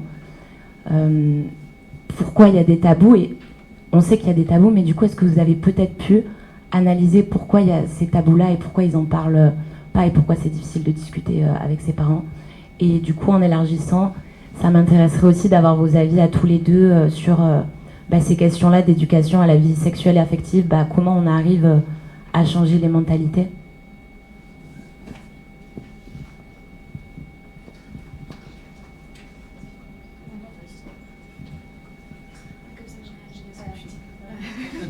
Je vois. J'avais un peu la même idée. Je vais arrêter de casser cette... merci beaucoup pour cette question. Alors, c'est une question complexe, en fait. Donc, pour ce qui est de l'éducation alors, donc, la difficulté, moi, c'est que dans mon enquête, donc, je n'ai que le point de vue des ados. Hein, et c'est un impératif. C'est-à-dire que, comme je suis moi-même une adulte, puis alors plus j'ai vieilli... plus ça s'est vu quand même. Et donc, il y avait une possibilité de trahir la confiance. Parce que les adultes, c'est quand même les gens qui ont des bons côtés à certains égards, mais en fait, dans le dos de qui se passe une grande partie de la vie amoureuse et sexuelle à l'adolescence. Voilà. Donc, moi, je devais en permanence ne pas trop parler avec les adultes de l'entourage, par exemple. Hein, ça faisait partie des enjeux. Donc, tout ce que je n'ai pu saisir, c'était que du point de vue des jeunes. Donc, ce qui ressort beaucoup, c'est qu'on ne parle pas de sexualité avec ses parents, alors particulièrement pas avec les pères, mais pas non plus beaucoup avec les mères. Et ce qui se parle avec les mères, c'est la contraception. Donc c'est une façon, la façon dont la sexualité peut être parlée, c'est par le biais de la contraception. Parce que la contraception, pour plein de raisons. Parce que c'est un vrai enjeu, bon, ça c'est sûr que c'est un vrai enjeu, voilà, par rapport au fait d'avoir un enfant non désiré. Donc il y a quand même un enjeu éducatif réel. Et puis c'est aussi la sexualité, en fait, c'est pas seulement difficile avec les parents. La sexualité, ça convoque l'obscène, ça convoque, quand on parle de sa sexualité ou qu'on fait parler quelqu'un de sa sexualité, c'est un des enjeux d'ailleurs dans l'enquête qui est difficile. C'est un enjeu aussi dans les témoignages à la première personne, c'est qu'on se met à poil, littéralement. C'est-à-dire qu'à partir du moment où on commence à parler de sexualité, si je me mets à vous parler de pratiques sexuelles, ce qu'on n'a pas fait depuis le début, et bon, moi je relate des choses sur les pratiques sexuelles, mais une des difficultés, c'est que vous allez avoir des images immédiatement. Alors éventuellement en plus avec des trucs traumatiques, mais pas que. Et vous allez avoir des images sexuelles qui vont vous arriver, c'est normal, puisque si on parle de ça, c'est ça qui arrive. Or ça, dans l'espace familial, dans des lieux où justement les échanges, la discussion sexuelle en fait est traversée par des tabous, mais aussi par des choses, des interdits qui ont à voir avec l'inceste, qui ont à voir, voilà. Ça ne peut pas se dire facilement. Enfin, on pourrait imaginer que ça puisse se dire moins difficilement que ça ne l'est. Enfin, ça se déconstruit les tabous. Mais néanmoins, il y a une difficulté du discours sur la sexualité qui est immédiatement un discours sexuel. C'est une des choses qui est compliquée, c'est que quand on commence à parler de sexualité, on fait de la sexualité d'une certaine façon. On ne fait pas forcément de la sexualité, il n'y a pas forcément de contact, mais on fait advenir des images sexuelles, on parle de la sexualité des gens, donc on sort, c'est comme si on mettait, c'est pour ça que l'injure de la pute, du PD, c'est des injures tellement violentes, c'est qu'elle crache la sexualité des gens, ce qui est d'habitude dans l'intimité, dans le cachet, etc. Ça le met là, par terre, comme ça. Et ça met les gens à poil. Et en fait, se mettre à poil en famille, ce n'est pas forcément facile. Et donc la contraception, pour ça, c'est super. Parce que ça, c'est dissible. C'est la santé, il y a un vrai enjeu, c'est pas juste un mirage, un truc pour faire illusion, il y a des vrais trucs à se dire autour de la contraception, voilà. Et puis le médical, c'est très dissible. Enfin là, du coup, on sort complètement... donc on parle de la sexualité sans en parler. Alors la difficulté, ce que j'ai pu observer par exemple sur, en particulier mes 2 derniers terrains en milieu rural et dans la bourgeoisie, c'est que donc il y a un discours moral derrière le discours contraceptif. Et c'est là qu'on sent que la sexualité, elle est encore là, pas juste parce qu'elle est confondue avec la procréation, qui est un problème en soi, bien sûr. Donc là, le plaisir, tout ça, mais c'est pareil, hein, parler du plaisir à table avec ses parents, c'est pas que simple. Donc, la contraception, on parle pas de ça. Et c'est aussi, par contre, il y a une dimension morale, une chose qui revient beaucoup chez les filles, c'est quand j'aurai mes premiers rapports sexuels, ou quand j'ai eu mes premiers rapports sexuels, je l'ai dit à ma mère. J'ai dit à ma mère, il faut aller chez le gynéco. Il y a une confession à la mère et à la première, y compris donc quand il y a une relation, parce que ça peut se faire en cachette de la mère, parce que ça n'est carrément pas dissible, parce que voilà. Et quand c'est dissible, c'est beaucoup sur le mode de la confession. Et c'est intéressant de devoir confesser sa sexualité, se dire il faut aller chez le gynéco, il faut y aller avant que ça arrive. Et puis quand on dit que quand on commence à parler gynéco, bah, ça veut dire que ça commence à arriver. Donc c'est une façon d'en parler sans en parler et qui est sur un mode ensuite beaucoup du registre, sur le registre du déficit. T'as pas oublié de prendre ta pilule? T'es sûr que t'as pris ta pilule? T'as pas oublié? Il y a j'ai plein de récits comme ça de filles qui reçoivent un SMS tous les soirs de leur mère pour dire de la part de la mère, t'as pas oublié, ou la pilule dans la... C'est pas, je dis pas ça pour leur faire honte, hein, c'est des modalités de gestion de la sexualité. Ça dit à quel point aussi c'est la montagne au milieu du salon, de la cuisine. La pilule dans l'assiette avec le petit copain qui mange à côté, par exemple, ça fait partie. Et c'est pas... non, mais je vous donne ces cas-là pour vous dire que voilà, c'est une façon la sexualité, c'est tellement gros que ça prend des formes un peu... voilà. Donc en même temps, ça, c'est des endroits où ça se parle. Enfin, il y a d'autres façons aussi d'en parler, mais c'est complexe. Et là, je te passe. Moi, je pense que c'est pas suffisant, en tout cas, de dire la loi de 2021. En tout cas, la loi de 2001, elle est bien, hein, parce que c'est déjà quelque chose qui cadre bien légalement le fait qu'on doit à l'école éduquer. Mais en revanche, et tu le dis aussi un peu de façon sous-entendue, on fait quoi du reste? C'est-à-dire que, il y en a déjà qui sont censés être éduqués parmi nous et parmi eux. Donc, qu'est-ce qu'on fait de ces gens-là? L'école, il n'y a plus d'école. Donc, on va faire quoi? Une loi pour en discuter dans l'entreprise? Ce qui serait pas plus mal. Et ce qu'on fait déjà, malheureusement, par le prisme des éducations au harcèlement au travail, notamment sexuel. Donc, mais bon, c'est un peu triste de passer par ce biais-là quand même. C'est-à-dire que là, c'est déjà trop tard. C'est ton éducation, t'as chié, et en plus, t'as fait n'importe quoi. Donc moi, je pense que c'est pas suffisant, l'école. Après, moi, j'aime bien dire ça, mais quand j'ai dit ça, j'ai rien dit, mais je vais quand même le dire. Je pense que c'est le rôle de tout le monde d'éduquer à la sexualité. C'est-à-dire que si on peut en parler avec ses amis, si on a un espace nécessaire si on a un espace qui permet de le faire, c'est nécessaire de le faire, parce que je pense que beaucoup de personnes n'ont pas forcément conscience de ça, de tous les enjeux que la sexualité a. Et puis si on est grande sœur aussi, ou grand frère, je pense que c'est quelque chose d'important d'avoir ce rôle-là.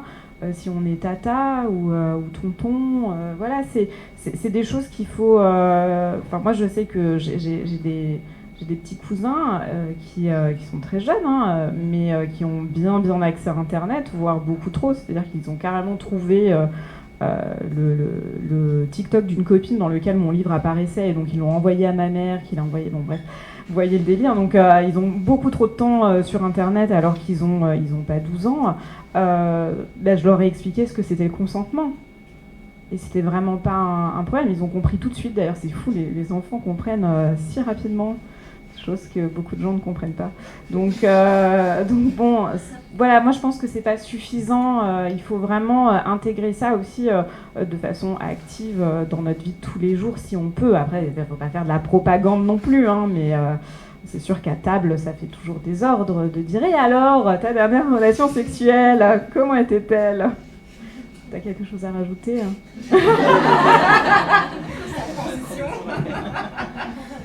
Non, du coup, je me pose la question aussi peut-être c'est une question pour Elvire, là, pour le coup, mais de l'intérêt des réseaux sociaux.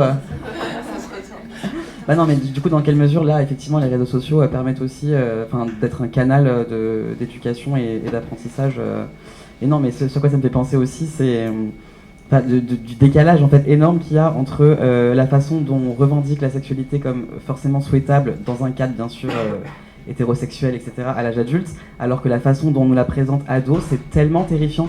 Et du coup, j'ai essayé de remobiliser des souvenirs de cours d'éducation sexuelle que j'avais pu avoir au collège et au lycée, donc il y a 15-20 ans. Enfin, c'était dramatique, quoi. Enfin, du coup, les souvenirs me sont revenus.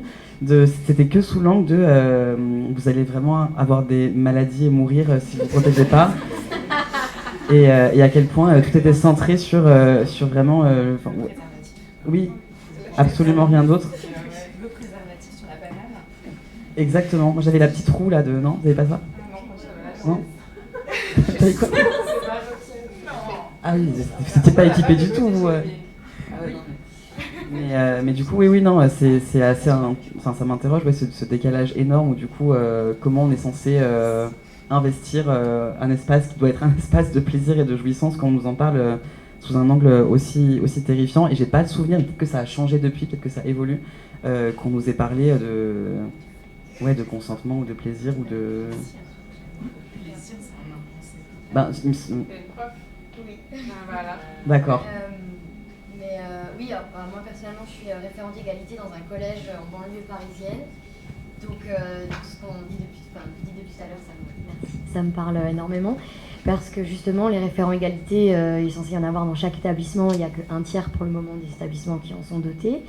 Et c'est vrai qu'on a beaucoup de mal en fait à avoir ne serait-ce que des moyens et du temps pour faire de l'éducation sur ces sujets-là. Donc nous, ce qu'on a mis en place, c'est des espèces d'ateliers de parole où les élèves s'inscrivent s'ils veulent. On fait des petites annonces, on placarde ça dans le collège et on dit voilà, on fait des thèmes un peu mystères. Devineras-tu le thème mystère du prochain atelier de parole? Et ils s'inscrivent et du coup après on en parle entre nous. Et ça permet justement aussi d'avoir des moments beaucoup plus intimes avec les élèves que les cours de SVT où les profs font déjà ce qu'ils peuvent avec ce qu'ils ont. Parce que voilà, avec des classes, je ne vais pas vous faire un topo sur l'état de l'éducation nationale, mais bon, des classes surchargées, de moins en moins de temps pour ça. Donc oui, il y a toujours le fameux préservatif sur... nous, on a des pénis en polystyrène, en fait. Voilà.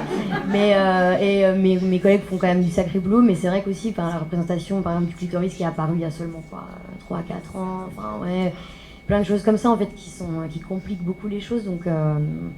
Et d'ailleurs, moi, souvent, en fait, c'est vrai qu'effectivement, les jeunes sont impressionnants d'ouverture et on arrive beaucoup à dialoguer avec eux. Et finalement, moi, les personnes que j'ai l'impression de le plus éduquer, c'est mes collègues, en fait. Parce qu'il y a des discussions dans la salle des profs qui des fois, j'ai juste pas l'énergie. C'est terrible, quoi. Est-ce que je me lance dans un débat? Est-ce que je trash le collègue qui est en train de dire n'importe quoi? Ou est-ce que j'ai juste pas le temps? Mais c'est vraiment ça, en fait, je trouve le sujet le plus important. Et du coup, oui, et ça change aussi beaucoup. Et moi, pareil, si je compare mon adolescence dans un village de campagne au fin fond de la Franche-Comté, avec mes parents, avec un couple hyper hétéronormé, tout ce que... Et depuis 8 ans que je suis en banlieue, rien qu'en 8 ans, je trouve que ça a déjà énormément changé, en fait. Les élèves que j'avais il y a 8 ans sont pas... Il y a des discussions que jamais de la vie j'aurais pu envisager avoir avec eux à cette époque-là. Et moi aussi, de toute façon, j'ai changé. Et effectivement, il a fallu attendre 25 ans pour réaliser des trucs sur ma propre vie, ma propre sexualité, et en partie grâce aux comptes Instagram et autres qui ont fait énormément de bien, je pense, à pas mal de nanas de ma génération. Et du coup, moi aussi, maintenant, je suis beaucoup plus à l'aise pour aborder des sujets comme ça qu'avant, en fait, oui, on savait pas comment faire, quoi. Donc, à mon petit niveau, et voilà, je trouve que ça évolue quand même bien et on peut être assez optimiste pour la suite, quoi. J'ai des gamins qui me demandent comment on dit les pronoms. Je suis prof d'anglais. C'est quoi les pronoms non binaires en anglais, madame, en 6e? Voilà, je me dis c'est cool, c'est bien. Voilà. Et en même temps, il y en a toujours qui détournent la tête quand je montre une vidéo on a échangé nos mamans là, en Angleterre et qu'il y a un couple d'hommes qui se font un smack. Et alors là, c'est la folie, quoi. Là, ça y est, ça part. Puis on finit le cours en faisant un méga débat sur le sujet parce que moi, et je me dis, je préfère, c'est pas grave si on fait pas d'anglais pendant 20 minutes et si on essaie de parler un peu d'autres choses. Voilà. Merci beaucoup. Non, mais c'est vrai que je pense qu'en effet, ce que tu dis, mais je pense qu'en effet, il y a eu un vrai rôle des réseaux sociaux parce que je pense que, en tout cas, ce qui est intéressant dans cette vague de comptes sexos féministes qui sont arrivées, c'est qu'ils sont arrivés beaucoup sur Instagram, et que du coup, même s'il existait un peu des paroles comme celle-ci sur Twitter, dans les blogs, etc., souvent c'était anonyme. Et là, je pense aussi que le fait que ça soit des personnes qui se filment, et donc du coup, qui parlent du coup à visage et découvert de leur sexualité, et puis il y a quand même une très grosse pratique aussi de la récolte de témoignages avec l'outil question d'Instagram, qui fait aussi que, moi je le vois, je l'ai vraiment vu avec Clit Révolution. Je m'attendais pas les premières fois que j'ai fait l'outil question, c'était vraiment des questions bêtes du type est-ce que c'est quoi le truc qui te complexe, est-ce que toi aussi t'es complexé par ta vulve par exemple, ou est-ce que ça t'a bloqué dans ta vie sexuelle, le fait d'être complexé par l'apparence de ta vulve, etc. Et en fait c'était assez surprenant qu'une question aussi intime, il y ait autant de personnes qui répondent, parce que justement ces personnes-là peuvent avoir l'anonymat, c'est-à-dire que quand tu affiches la réponse, il n'y a pas le nom qui apparaît. Et j'ai l'impression qu'en effet, il y a eu une forme de, à partir du moment où il y en a eu une ou deux qui ont commencé à en parler de visage découvert, et puis en plus, moi je l'ai fait aussi parce que il y avait un aspect journalistique, c'est-à-dire en fait j'avais quand même un prétexte qui était une série documentaire, et donc du coup c'était plus simple aussi. Je pense que j'aurais jamais parlé de ma vie sexuelle s'il n'y avait pas aussi un propos plus large. Et j'ai l'impression qu'en effet, ça a vachement décomplexé. Et je vous dis ça parce que moi, je me rends compte aussi qu'avec mes amis, on a commencé, mes amis du coup de collège-lycée, avec qui on parlait pas de ces choses-là, sauf pour dire alors c'était bien, ouais, c'était trop bien. Mais en fait, c'était horrible. On a fait l'amour pendant 4 heures, et tout, c'est là, genre, mais c'est horrible, ne faites pas ça. Enfin, faites ce que vous voulez, mais c'est pas mon truc. Et du coup, je pense qu'il y a eu aussi cette forme-là de, à partir du moment où il y en a une ou deux qui ont parlé, d'un coup, ça devient un sujet banal. On se dit, en fait, on peut en parler, y compris à table d'ailleurs. Et c'est drôle parce que c'est aussi quelque chose qui s'est étendu à ma famille. Alors, on ne rentre pas dans des conversations très explicites, mais disons, c'est des questions qui ont commencé à être progressivement même ouvertes dans la famille, où on a pu parler, ou au moins mentionner, faire des références à la sexualité sans rougir. Donc c'est vrai que je pense qu'il y a eu un enjeu là-dessus, et puis je pense aussi qu'il y a eu beaucoup d'œuvres culturelles aussi qui ont participé à banaliser le sujet. Oui, les livres, et puis je pense beaucoup aux séries, je pense à Sex Education, je pense à Scam sur France TV /, qui est un super outil pédagogique si vous avez des ados, qui est vraiment hyper bien sur les questions de plein de choses différentes de la vie, mais notamment sur les questions d'homosexualité, etc. Et je pense que c'est aussi une chance, j'ai l'impression d'être vraiment vieille quand je dis ça, mais une chance qu'a cette génération-là de jeunes, que de pouvoir grandir aussi avec d'autres modèles justement qui sont proposés, et peut-être être un peu moins isolé face à ça, et surtout de voir que c'est des sujets dont on peut discuter et qui se discutent et qui sont tout à fait légitimes. Donc je pense que ça aussi, ça a beaucoup aidé. Je pensais à une influence que j'ai eue quand j'étais ado. J'ai eu un gros média qui m'a beaucoup influencée à l'époque, qui s'appelle Diffoul. Et voilà, et moi j'écoutais beaucoup Romano, et je sais plus comment il s'appelait, Diffoul du coup. Et du coup, et la Marie, et voilà, et du coup avec des termes très trash. Moi ça me faisait beaucoup rire, mais en même temps c'était ma seule source d'information sur la sexualité à cette époque. Du coup, est-ce que les ados consomment autant ce média, ou est-ce qu'il y a moyen d'intervenir chez eux, ou je sais même pas ce que c'est maintenant. C'était un énorme truc à l'époque. Moi, j'écoutais tous les matins, tous les soirs, pendant plusieurs années. Alors, figure-toi que j'ai écouté, je suis tombée sur Diffoul il n'y a pas très longtemps. Enfin, je suis pas tombée sur lui, mais à la radio, quand j'étais dans ma voiture, je me suis rendu compte qu'en fait, cette radio libre, elle vient de fêter quand même ses 20 ans. Et en fait, c'est intéressant ce que tu dis, parce que c'était à la fois des mots très crus, etc. À la fois, c'était le seul endroit dans lequel on pouvait entendre ces choses-là, notamment le mot sperme, des choses comme ça. Enfin, moi, c'était là que j'ai appris ce qu'était un cunilingus. Et par contre, ce qui est assez choquant, c'est que le discours n'a pas changé. C'est-à-dire, en fait, le discours un peu sexiste, un peu... je sais pas si vous vous souvenez, ils appelaient la sodomie la boîte à caca. Il y avait un côté un peu genre, la sodomie, c'est dégueu, etc. Et ça n'a pas changé. En revanche, ce qu'il existe parce que j'en fais partie. Il y a un podcast qui s'appelle Hotline qui a un peu repris ce principe-là de Radio Libre, mais avec que des filles autour de la table, avec des sexualités, des orientations sexuelles différentes, des visions du couple différentes aussi. Et ça, je sais que c'est un podcast Spotify qui marche très bien et c'est intéressant parce que du coup, nous, on a à la fois des auditrices et auditeurs qui sont vieux ados, disons, enfin je sais pas comment on le dirait, mais à partir de 17 ans, 18 ans, jusqu'à quand même des personnes qui ont 30, 40 ans. Et c'est assez, enfin, moi je pense que c'est assez intéressant aussi de voir qu'au final c'est un format qui en tout cas plaît toujours autant quand on le transpose à des questions plus féministes. Après peut-être que toi tu peux nous dire les références de ces jeunes-là en matière de sexualité.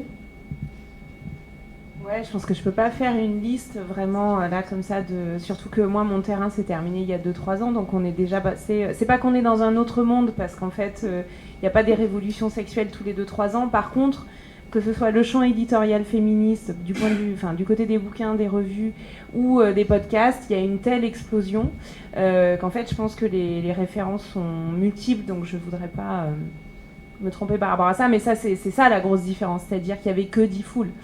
Qui quand même quand on écoute maintenant ça fait bizarre aux oreilles, enfin je veux dire et voilà, et en fait les espaces étaient tellement réduits alors que là ils sont tellement nombreux. Alors là on parle des podcasts féministes, voilà, il y a aussi plein de discours sur la sexualité, et puis on en a plein l'espace dans les pubs, on en a plein, enfin il y a plein de discours parce qu'en fait la sexualité c'est un truc que montrait Michel Foucault.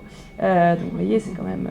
mais toute cette idée que la sexualité, ça serait caché, ce serait tabou, ce serait que de l'ordre du silence, c'est quand même très faux, puisqu'en vrai, ce qu'on voit, c'est qu'il y a une régulation de la sexualité très forte. Donc il y a des sexualités convenables, il y en a qui ne le sont pas, il faut les montrer à certains endroits, elles doivent servir à se reproduire, enfin voilà.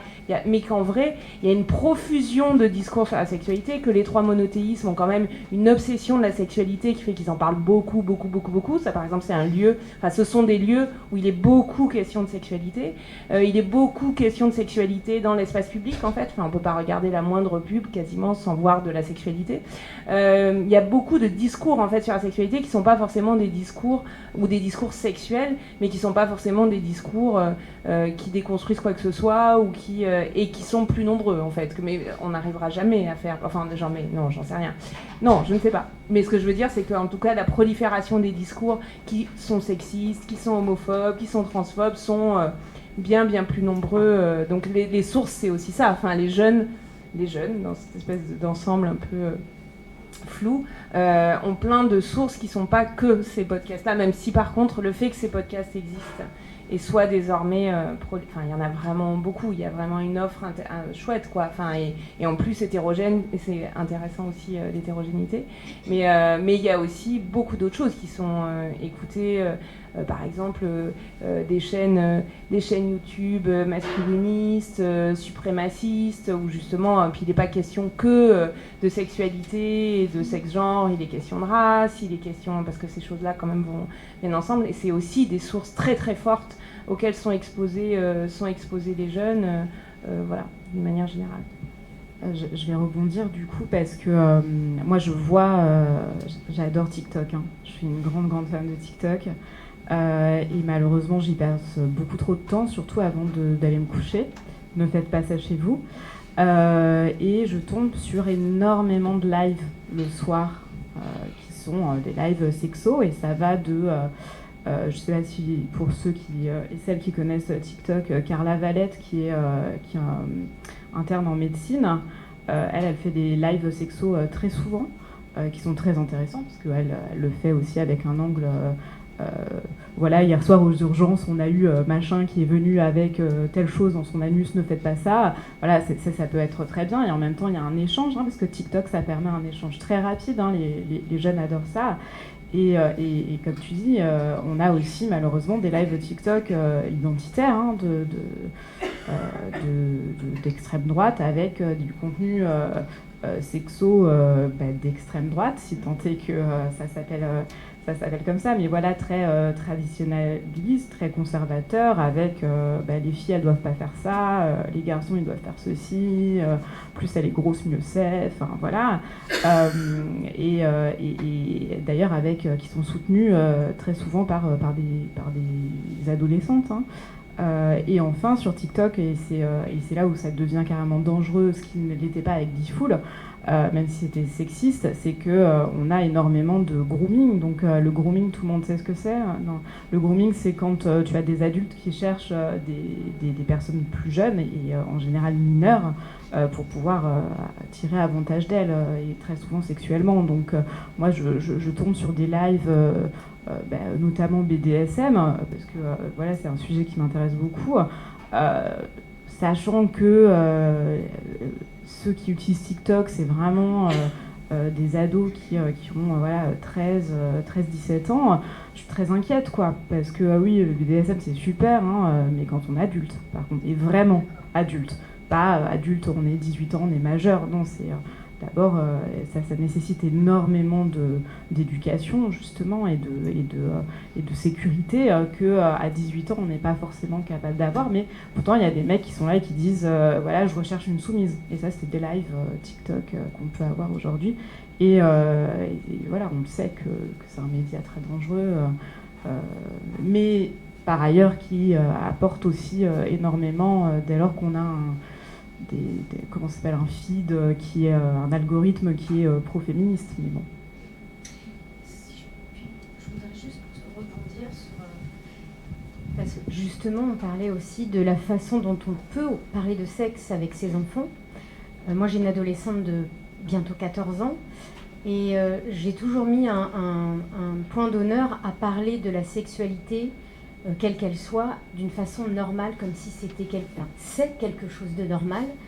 Et justement, la difficulté de parler de sexe avec ses enfants, c'est déjà par rapport à son propre vécu et sa propre éducation, mais aussi parce que moi, j'ai jamais eu de difficulté à en parler, et quand elle a commencé à poser des questions, effectivement, je me suis retrouvée en me disant « Ah merde, comment je peux lui dire ça ?» Mais en fait, c'est parce que on a envie de choisir aussi des mots pour pas la choquer, pour pas les choquer.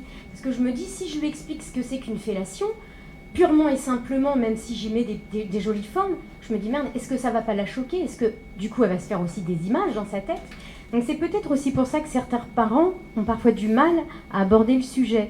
Et la façon dont je parle de sexe avec elle, c'est notamment l'autre fois, elle voulait regarder un espèce de reportage sur la Saint-Valentin.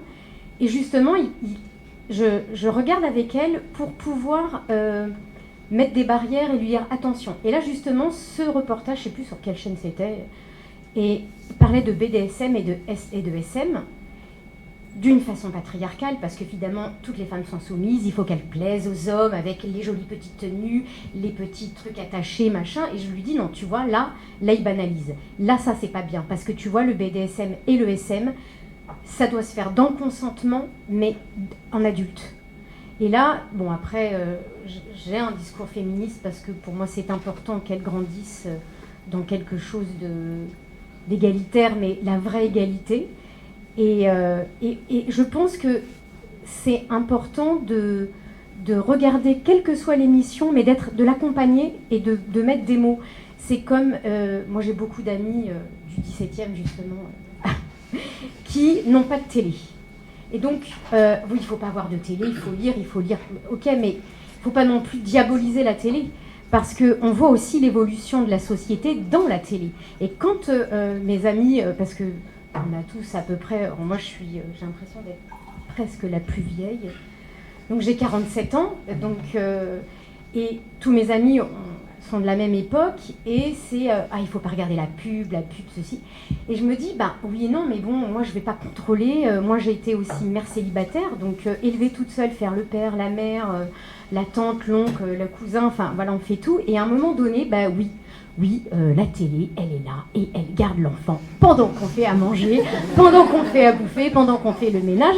Et on est content d'avoir toutes les chaînes de 149 à 172 et de les avoir, on est très content. Mais du coup, quand il y avait des pubs, j'étais avec elle et je lui disais, là tu vois, ça c'est une pub qui est complètement sexiste. Je lui dis, tu vois, là, regarde, tout l'univers est rose, c'est que des jeux pour les filles, les garçons ils n'ont pas le droit d'y jouer. Vice versa, dès que c'était des voitures, c'était hyper violent, gris, bleu, les filles elles n'ont pas le droit d'y jouer. Je lui dis, tu vois, ça c'est pas normal. Et du coup, c'est grâce aux pubs finalement qui sont très bien, parce que du coup on peut dire ça c'est pas top, ça c'est bien, et elle me disait, du coup à force elle me disait, j'ai l'impression d'avoir aiguisé son regard, parce qu'elle me dit, ah tu vois, Lidl, bon on n'aime pas, mais n'empêche, ils font des pubs, les garçons font la vaisselle, ils jouent à la dinette, les couleurs sont neutres.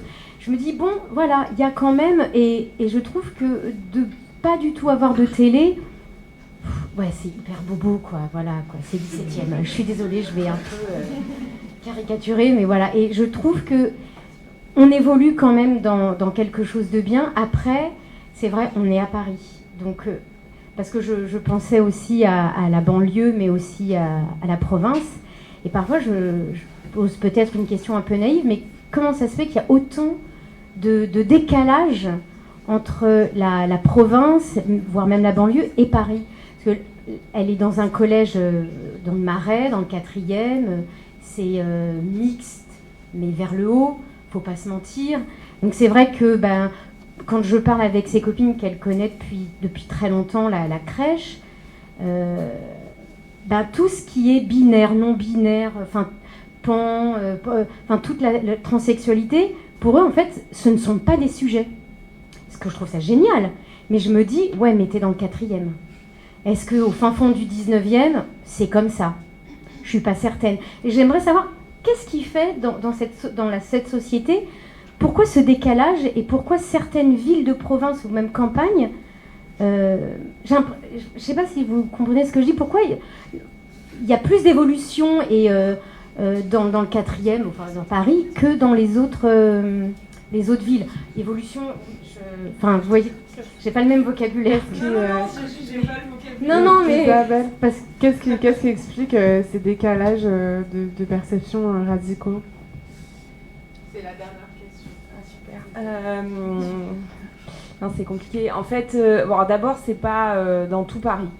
Il y a des effets Paris-Province sur plein de choses, rien que sur la consommation culturelle en fait. Alors les grandes villes de province, c'est quand même différent des petits villages dont il a été question dans le Var. Voilà, le fait d'accéder en fait à des biens culturels, ça change pas tout, ça fait pas tout, mais ça fait quelque chose en fait. Donc de pouvoir aller au ciné, de pouvoir voilà. Voilà, il y a des choses qui font qu'à Paris, y compris quand on n'a pas beaucoup d'argent, parce que ça, là, ce dont je parle, c'est des choses qui sont payantes, donc déjà ça classe socialement, en fait, tout le monde n'y a pas accès. Dans le 4e, plus que dans le 19e, par exemple, on accède aux biens culturels, à beaucoup de biens culturels. Par ailleurs, il y a une mobilité. Quand on est jeune et qu'on grandit dans Paris, alors surtout si on est blanc, on peut circuler librement en fait, assez vite. On est assez vite autonome, alors que par exemple quand on est en banlieue, il faut prendre le RER. Il faut, pour le moindre truc en fait, tout est compliqué pour accéder à plein de choses qui sont accessibles beaucoup plus facilement, ainsi que l'anonymat. À Paris, on peut très facilement être perdu, on peut avoir des pratiques qui sont inconnues des gens qu'on côtoie, alors que dans un village, dans une cité, tout le monde sait. Tout le monde voit, et ça a des effets très forts, par exemple. Après, il y a des questions idéologiques, c'est-à-dire ce dont on parlait tout à l'heure, les croyances sociales, la façon dont se construisent les groupes sociaux. Par exemple, la plus ou moins grande distance à la religion, aux religions, quelles qu'elles soient. Donc, je parlais des monothéismes, des 3 monothéismes qui sont les plus représentés en France, quels qu'ils soient. Ce sont des ensembles, des systèmes de pensée sur la sexualité. Et donc, donc c'est pour ça que le 16e, c'est pas la même chose que le 4e.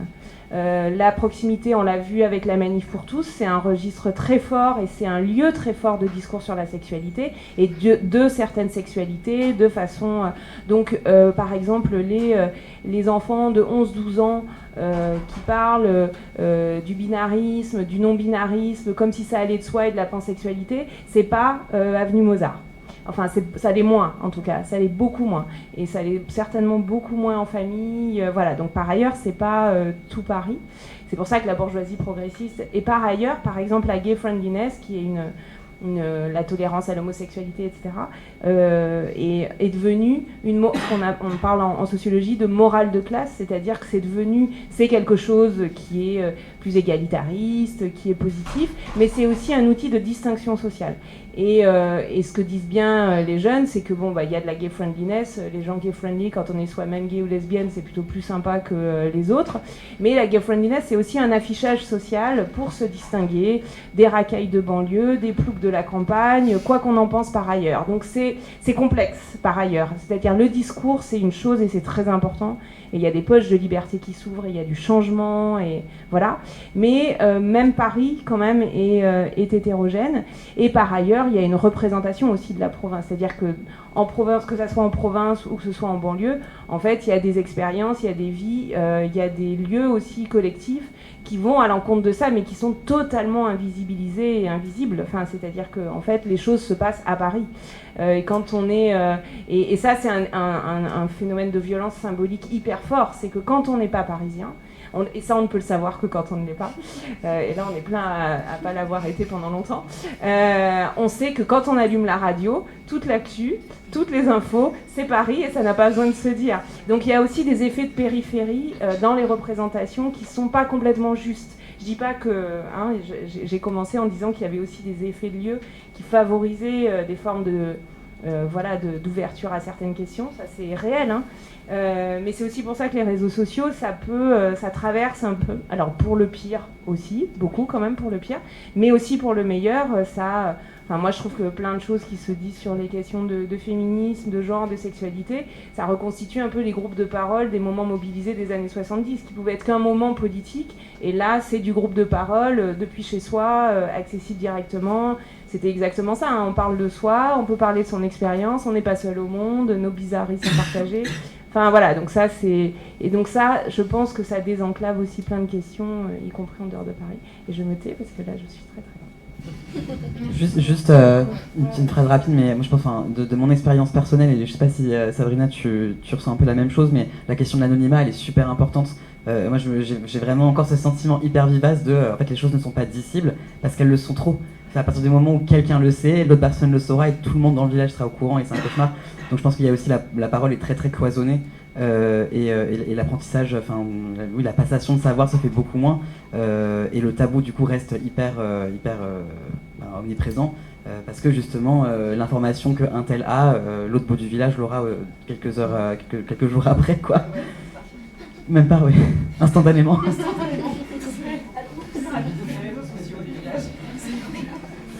Merci beaucoup. Je vous avais dit que la première question c'était la plus dure et qu'après on avait pris de s'arrêter. Merci beaucoup. Je vous incite à aller lire les ouvrages. En plus, j'allais dire les 3 ouvrages, mais en fait il y en a plus que ça. Mais en tout cas, ton livre, Isabelle, qui sort, j'allais dire lundi, je me suis le 10 mars, Les choses sérieuses. Tal, ton livre Désiré à tout prix, et le prochain, c'est La fin des monstres, c'est ça? Et Sabrina, Amour radical, ou Petit précis. Attends, ton titre il est hyper long. Vas-y, Petit précis pour briller. Non, d'éloquence pour briller. Féministe pour briller en société patriarcale. Voilà. Merci à tous et à toutes d'avoir été là, et bonne Saint-Valentin.